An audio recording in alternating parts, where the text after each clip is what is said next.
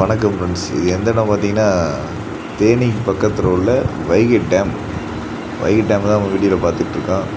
இதில் பார்த்தீங்கன்னா, இந்த வீடியோ எடுக்கிற டைமில் தண்ணி வரல. பெரிய அணையெல்லாம் லாக் பண்ணி தான் வச்சுருந்தாங்க. அந்த சின்ன அணைகள் மட்டும் ஒரு 3 அணைகள் திறந்து விட்டுருந்தாங்க. தண்ணி கம்மியாக தான் இருந்தது.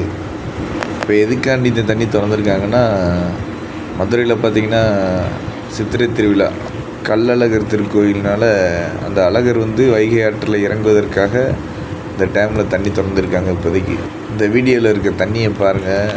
இது மேலே ஒரு மட்டம் இருக்குது. அந்த லெவல் மட்டத்தை விட ரொம்ப கம்மியாக இருக்குது தண்ணி.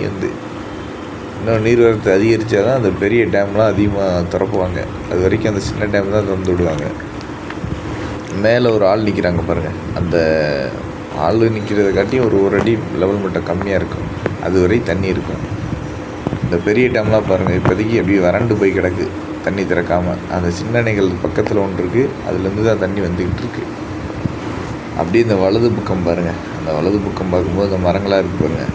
அந்த மரங்கள் சிறுவர் பூங்கா இந்த மாதிரி உள்ளே இருக்குது. அந்த வீடியோவை நெக்ஸ்ட் வீடியோவில் பார்க்கலாம். அந்த வீடியோ காமிக்கிறேன்.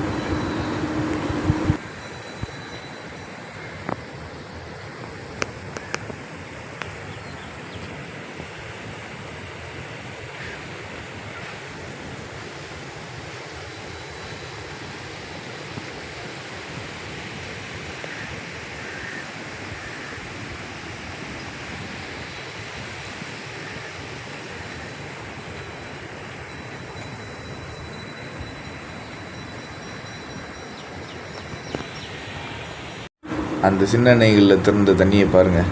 3-4 அணையில் திறந்துருக்காங்க. சின்ன அணையில் தண்ணி எவ்வளோ வருது பாருங்கள். தண்ணி